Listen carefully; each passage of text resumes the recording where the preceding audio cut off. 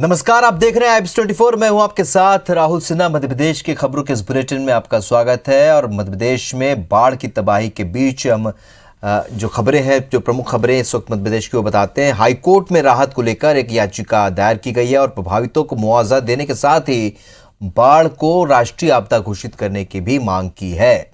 इधर डबरा में बाढ़ के नुकसान का जायजा लेने के लिए पटवारी पर सरपंच ने हमला कर दिया और पुलिस ने सरपंच समेत 5 लोगों पर केस दर्ज कर लिया है।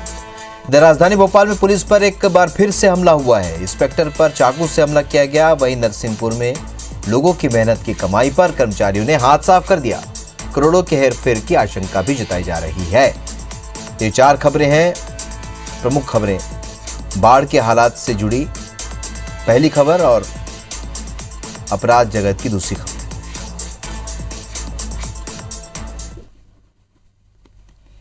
बढ़ते आगे और शुरू करते खबरों का सिलसिला। नीरज चोपड़ा ने टोक्यो ओलंपिक में जेवलिन थ्रो में गोल्ड जीतकर इतिहास रच दिया और नीरज एथलेटिक्स में ओलंपिक गोल्ड जीतने वाले पहले भारतीय बन गए हैं। जबकि अभिनव बिंद्रा के बाद दूसरी बार भारत ने ओलंपिक में व्यक्तिगत स्पर्धा में गोल्ड जीता है। नीरज ने पहले 2 राउंड में ही 87 के ऊपर निशाना साधा, जिसके बाद कोई भी खिलाड़ी उनके आसपास भी नहीं पहुंच पाया। इसके साथ ही टोक्यो ओलंपिक में भारत के नाम 1 गोल्ड, 2 सिल्वर और 4 ब्रॉन्ज मेडल के साथ कुल 7 पदक हो गए हैं। ओलंपिक की अंक तालिका में पहली बार भारत टॉप 50 में आ गया है और नीरज के इस शानदार प्रदर्शन पर देश भर में उत्साह का माहौल है।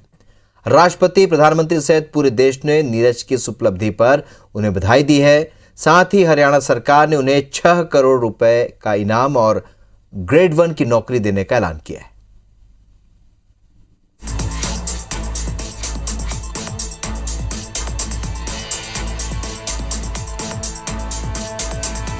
तो बड़ी उपलब्धि, व्यक्तिगत तौर पर स्वर्ण जीतना भारत के लिए गर्व की बात। और एथलेटिक्स में पहली बार नीरज ने गोल्ड जीतकर इतिहास रच दिया और पहले भारतीय बन गए हैं जिन्होंने एथलेटिक्स में व्यक्तिगत रूप से गोल्ड जीता है।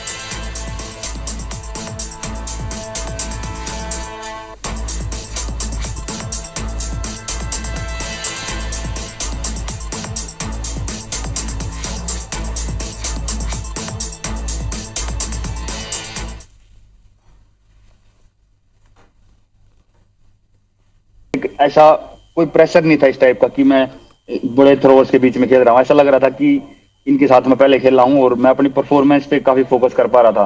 तो शायद वही कारण है कि क्योंकि इंजरी के बाद काफी अप डाउन आए, तो आप सभी ने हेल्प की और ये सभी आप सभी का, मेरी मेहनत तो है ही, उसके साथ साथ आप सभी की मेहनत है और सारी फैसिलिटी के लिए थैंक यू सो मच। 9 अगस्त से मध्य प्रदेश विधानसभा का मानसून सत्र शुरू हो रहा है और इसके लिए सत्ता पक्ष के साथ ही विपक्ष ने भी जोरदार तैयारी की है। कल नेता प्रतिपक्ष कमलनाथ एक बार फिर कांग्रेस विधायक दल के साथ सत्र की रणनीति को लेकर बड़ी बैठक करने जा रहे हैं। कांग्रेस विधायक पीसी शर्मा ने बताया कि इस बार सत्र में न सिर्फ पेट्रोल डीजल की बढ़ी हुई कीमतों पर कांग्रेस हल्ला बोलेगी, बल्कि पेगासस जासूसी सॉफ्टवेयर को लेकर भी कांग्रेस दमदारी से सत्ता पक्ष को घेरेगी। पीसी शर्मा ने कहा कि कांग्रेस की सरकार गिराने में पेगासस जासूसी सॉफ्टवेयर का इस्तेमाल किया गया होगा, जिसका जवाब कांग्रेस मानसून सत्र में सत्ता पक्ष से मांगी।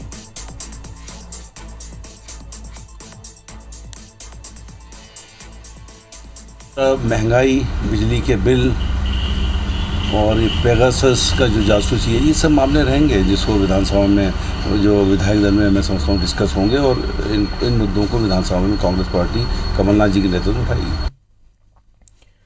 कोरोना की तीसरी लहर से निपटने के लिए बीजेपी हर बूथ में 2-2 स्वास्थ्य स्वयंसेवक तैयार करेगी। भोपाल में कल बीजेपी प्रदेश कार्यालय में बीजेपी के हेल्थ वॉलंटियर्स को प्रशिक्षण दिया जाएगा।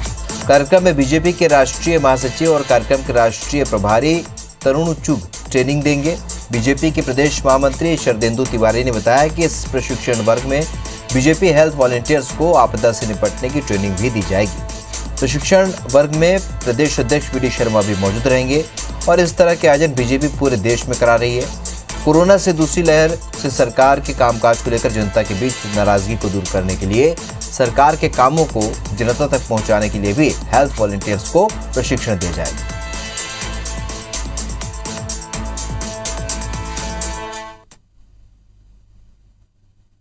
कल हम हमारे ज़िले के जो हमने स्वास्थ्य स्वयंसेवक की समिति बनाई है, उसमें एक डॉक्टर हैं, एक महिला हैं, एक आईटी के हमारे कार्यकर्ता हैं और एक प्रमुख कार्यकर्ता को और जोड़ा है। उनका ट्रेनिंग का कार्यक्रम पूरे मध्य प्रदेश वर्ष के सभी 57 संगठनात्मक जिले जो हमारे बीजेपी के संगठनात्मक जिले हैं उनके लोगों का होने जा रहा है। मध्य प्रदेश के 45 जिलों में आज अन्न उत्सव मनाया गया। प्रधानमंत्री नरेंद्र मोदी ने वर्चुअली इस कार्यक्रम में शामिल होकर जहां प्रदेश में आई बाढ़ को लेकर अफसोस जताया, वहीं कामकाज को लेकर सीएम शिवराज की जमकर तारीफ भी की। बाढ़ आपदा के चलते ग्वालियर चंबल इलाके में अन्न उत्सव नहीं मनाया गया।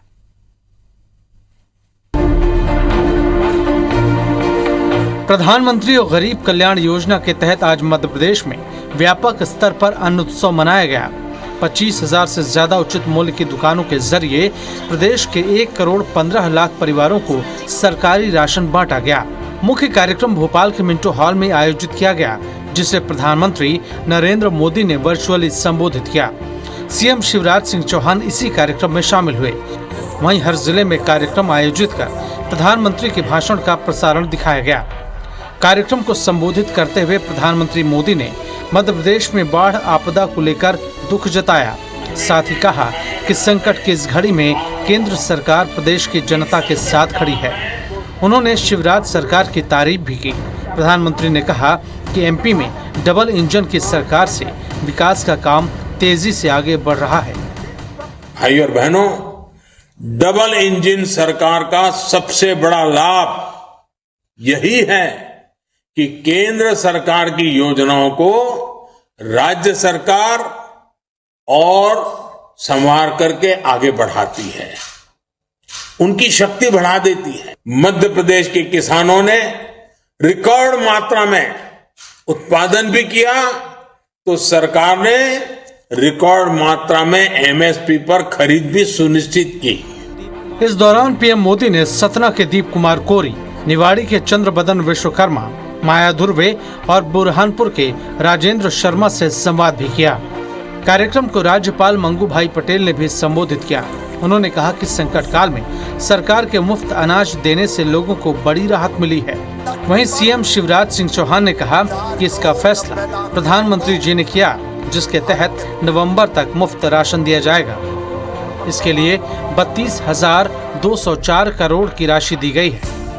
यह राशन प्रदेश के 4 करोड़ 80 लाख से अधिक लोगों को 25,000 से अधिक उचित मूल्य दुकानों से मुफ्त मिलेगा। मेरे प्रिय बहनों और भाइयों, गरीब की जिंदगी के लिए बहुत महत्वपूर्ण है और ये निःशुल्क राशन जिसका वितरण अप्रैल माह में प्रारंभ हो गया था, नवंबर तक जारी रहेगा। लेकिन इसके अलावा सस्ता राशन वो अलग से मिल ही रहा है, उसकी व्यवस्था की है। अन्न उत्सव में 5 राज्यों के खाद्य मंत्री भी अलग अलग जिलों में वर्चुअली शामिल हुए। आपको बता दें कि बाढ़ आपदा के चलते इससे प्रभावित 7 जिलों भिंड, मुरैना, श्योपुर, दतिया, ग्वालियर, शिवपुरी और गुना में अन्न उत्सव नहीं मनाया गया। Bureau report, IBC 24। NITI Aayog और अटल बिहारी वाजपेयी सुशासन और नीति विश्लेषण संस्थान के बीच अब संस्थागत सहभागिता होगी। भोपाल में मुख्यमंत्री शिवराज सिंह चौहान और नीति आयोग के उपाध्यक्ष डॉक्टर राजीव कुमार की मौजूदगी में MOU साइन किया गया। MOU का मुख्य लक्ष्य पब्लिक पॉलिसी, गवर्नेंस, एडमिनिस्ट्रेशन और दूसरे संबंधित क्षेत्रों में आपसी सहयोग से ज्ञान संवर्धन और बेहतर नीति बनाना है। इससे सुशासन संस्था और MOU करने वाले संस्थान लाभान्वित होंगे। MOU के जरिए संस्थाओं के सहयोग से पब्लिक पॉलिसी, गवर्नेंस और एडमिनिस्ट्रेशन के संबंध में lectures, seminars, workshop, panel discussion, webinar और ट्रेनिंग प्रोग्राम आयोजित किए जाएंगे। इसके साथ ही टीचिंग, रिसर्च और बाकी क्षेत्रों में भी एक दूसरे की विशेषज्ञता का फायदा मिलेगा। सीएम शिवराज ने कहा कि बुद्धिजीवियों का उपयोग प्रदेश की पॉलिसी बनाने में किया जाएगा।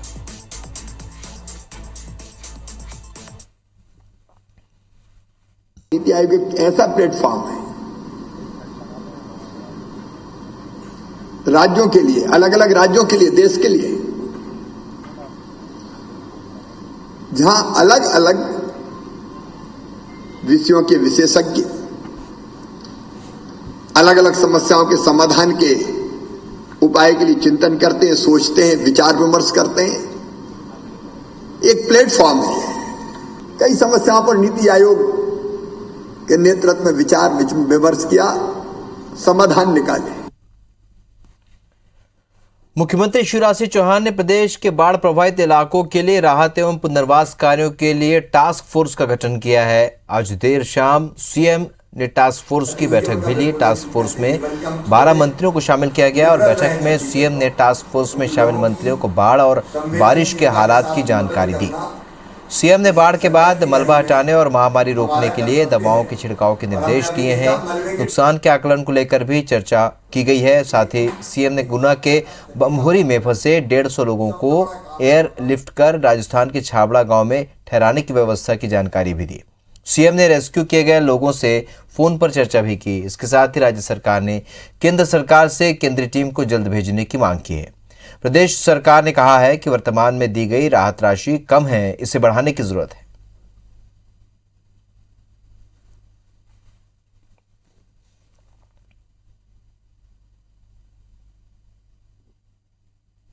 मेरे अनेकों मंत्री अभी फील्ड में है, दिनों रात डटे हुए हैं बाढ़ पीड़ितों की व्यवस्था और बचाने के काम में। जिनके घर नष्ट हुए उनको प्रधानमंत्री आवास योजना की तर्ज पर मकान बना के दिए जाएंगे। जो नुकसान हुआ है उसकी भरपाई करने की कोशिश करेंगे। आर्थिक मध्य प्रदेश के ग्वालियर चंबल संभाग में आई बाढ़ को लेकर एक याचिका दायर की गई है और ये जनहित याचिका बाढ़ प्रभावितों को लेकर हाईकोर्ट की ग्वालियर बेंच में दायर की गई है। याचिका में बाढ़ प्रभावित लोगों के लिए मुआवजे की मांग की गई है। साथ ही बाढ़ आपदा को राष्ट्रीय आपदा घोषित करने की भी मांग की गई है। पीड़ितों को 10-10 लाख रुपए मुआवजा देने की भी मांग की गई है। इतना ही नहीं, जिन लोगों के मकान बारिश में क्षतिग्रस्त हो गए उन्हें नया मकान देने की भी मांग इस याचिका में है। याचिकाकर्ता ने केंद्र और राज्य सरकार को पार्टी बनाया है। साथ ही 33 विभागों को पार्टी बनाया गया है। ये याचिका एडवोकेट उमेश बोहरे ने लगाई है। उनके मुताबिक इस याचिका पर सोमवार या फिर मंगलवार को सुनवाई हो सकती है। ग्वालियर चंबल संभाग में पानी से जो बाढ़ आई है उसको राष्ट्रीय आपदा घोषित किया जाए, पहली बात। दूसरा, हमने कहा है जो लोगों की मृत्यु हुई है इसमें उनको 10-10 लाख रुपए दिए जाएं। जिनके मकान टूटे उनको मकान बना के दिया जाए। रिटायर्ड हाईकोर्ट जज की 11 सदस्यों की कमेटी बना करके इस बात की जांच की जाए कि बाढ़ की स्थिति कैसे पैदा हुई। सिस्टम की लचर व्यवस्था का शिकार सिर्फ गरीब ही नहीं, मूक जानवर भी हैं। शाजापुर जिले की 2 गौशालाओं की तस्वीरें कई सवाल खड़े कर रही हैं। लापरवाही के चलते गायों की मौत हो रही है। सिलोदा में हरिहर गौशाला और पुलाय खुर्द में सज्जननाथ गौशाला की तस्वीरें हम आपको दिखा रहे हैं। पिछली सरकार ने गौशालाओं का निर्माण कराया था, व्यवस्थाओं के लिए बजट भी निर्धारित किया गया था, परंतु अब ये योजना धरातल पर दम तोड़ती हुई नजर आ रही है। गायों के लिए चारे और भूसे की व्यवस्था नहीं है, गाय भूखे मर रही हैं। गौशालाओं की देखरेख की जिम्मेदारी स्व सहायता समूहों को दी गई है। इसके लिए एक गाय पर प्रतिदिन 20 रुपए की राशि सरकार अनुदान के रूप में देती है, लेकिन समय पर सरकार से अनुदान नहीं मिलने से स्व सहायता समूह लापरवाही बरत रहे हैं और गाय भूखी मर रही।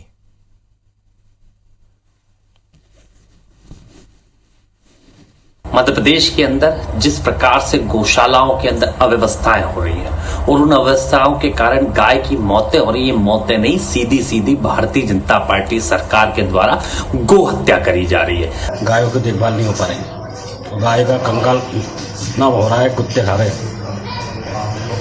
ये पूरा मैं खुद देख कर मैंने वीडियो बनाया, मेरा हृदय पिसा गया। एक दिन के लिए सरपंच से हम कह भी नहीं सकते हैं। वर्तमान में जो सरपंच उन्होंने बता दिया भैया राशि नहीं, उसमें राशि निकल चुकी है पूरी। हम तो ये चाहते हैं कि उस राशि की जानकारी लो कि आप कहाँ गई वो राशि, पूरी कार्य हुआ नहीं, उसको दिखा दिया गया। 27,62,000 की राशि लगी कहाँ गौशाला में, आप ये बताओ मेरे को। सर ये उचित कार्यवाही की जाए इसकी। मैं जब से आया मेरे कार्यभार में तो मेरे को कुछ मालूम भी नहीं है और मंत्री से पूछ के बता सकता हूँ मैं, और उस अधिकारी बता देंगे जो भी है उसमें है कि नहीं है। मेरे को कोई जानकारी नहीं, मैं तो अभी आया हूँ, मेरे को पता भी नहीं इस मामले को। कोरोना काल में मरीजों के लिए संजीवनी बने रेमडेसिविर के नाम पर मरीजों को नकली इंजेक्शन लगाने के बहुचर्चित मामले की जांच पूरी हो चुकी है। जबलपुर पुलिस की एसआईटी ने अपनी जांच पूरी करते हुए 1311 पन्नों की चार्जशीट जिला कोर्ट में दाखिल की है।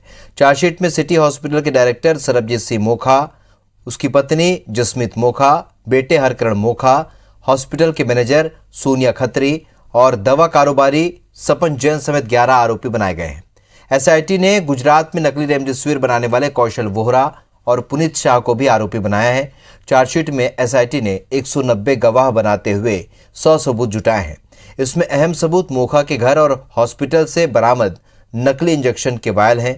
एसआईटी चीफ का दावा है कि जांच में जुटाए गए पुख्ता सबूतों और गवाहों की मदद से सभी आरोपियों को सख्त से सख्त सजा होगी।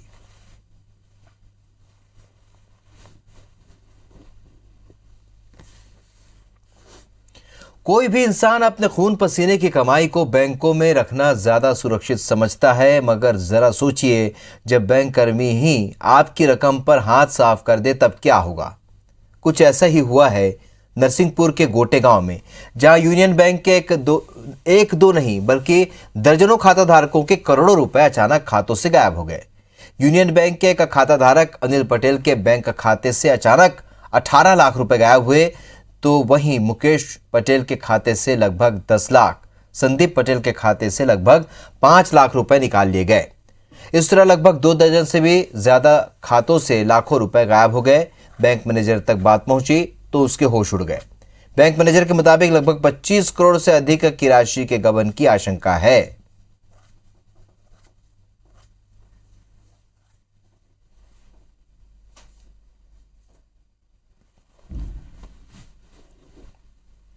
भोपाल में एक पुलिसकर्मी पर युवती से रेप और अश्लील वीडियो बनाकर ब्लैकमेल करने का आरोप लगा है।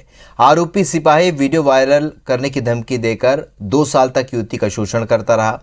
यही नहीं, महिला का आरोप है कि उसका एक बेटा भी है जिसका पिता आरोपी सिपाही ही है, और महिला की शिकायत पर शाहजहानाबाद थाने में पदस्थ सिपाही राहुल जाट के खिलाफ दुष्कर्म समेत कई धाराओं में केस दर्ज किया गया है। पुलिस ने इस मामले में आरोपी सिपाही की गर्लफ्रेंड को भी आरोपी बनाया है। हालांकि अभी तक दोनों की गिरफ्तारी नहीं हो पाई है।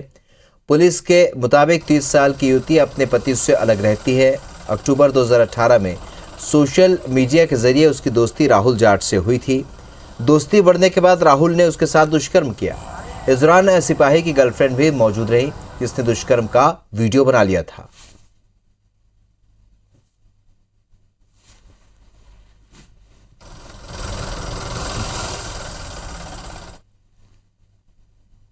निवाड़ी उपजेल के एक सफाई कर्मचारी ने साहूकार से परेशान होकर फांसी लगा ली और मौत को गले लगा लिया। दरअसल सफाई कर्मचारी विष्णु कुमार ने निवाड़ी कस्बा के साहूकार विट्ठल दुबे से करीब 1,70,000 रुपए कर्ज लिया था। साहूकार ने कर्मचारी का एटीएम अपने पास रख लिया था।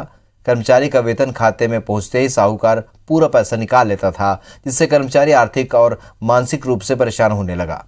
ये बात विष्णु कुमार ने सुसाइड नोट में लिखी है और अपने दोस्त अनुराग चतुर्वेदी को भी ये बात बताई थी। दोस्त से कहा था कि अब वो आत्महत्या करेगा। तब अनुराग चतुर्वेदी ने उसे समझा बुझाकर शिकायत करने की सलाह दी। आरोप है कि सीएम हेल्पलाइन पर शिकायत करने के बाद भी कोई कार्रवाई नहीं हुई। पुलिस कार्रवाई करने की जगह केस वापसी का दबाव बना रही थी।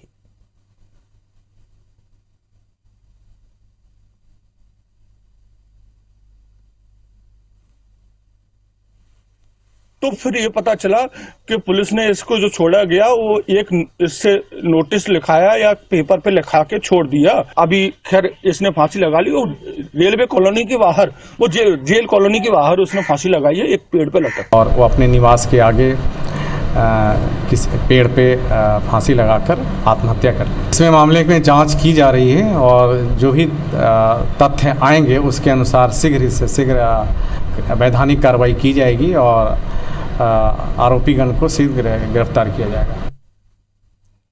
मध्य प्रदेश की खबरों फिलहाल इतने, लेकिन ताज़ा अपडेट के लिए आप बने रहिए IBC 24 के साथ। नमस्कार।